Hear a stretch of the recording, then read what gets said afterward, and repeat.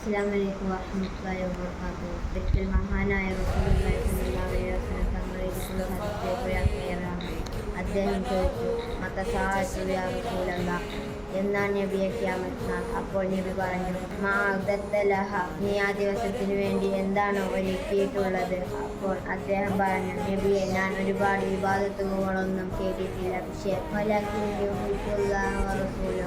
ഞാൻ അള്ളാഹുവിനെയും അവന്റെ പ്രവാചകനെയും ഒരുപാട് സ്നേഹിക്കുന്നു. അപ്പോൾ ആ സമയത്ത് നബി പറഞ്ഞു, നീ ആരെയാണ് ഇഷ്ടപ്പെടുന്നത്? നീ അവന്റെ കൂടെയായിരിക്കുമെന്ന് മഹാനായ റസൂലുള്ളാഹി സ്വല്ലല്ലാഹു അലൈഹി വസല്ലം പറഞ്ഞു.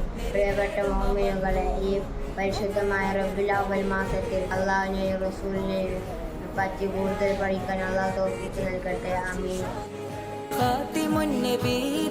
ഖാലിഖിൻ വരം ഹുദ, കൽബിനുള്ളം കരകളന്ന പാരിതിലെ പൂർണ്ണത.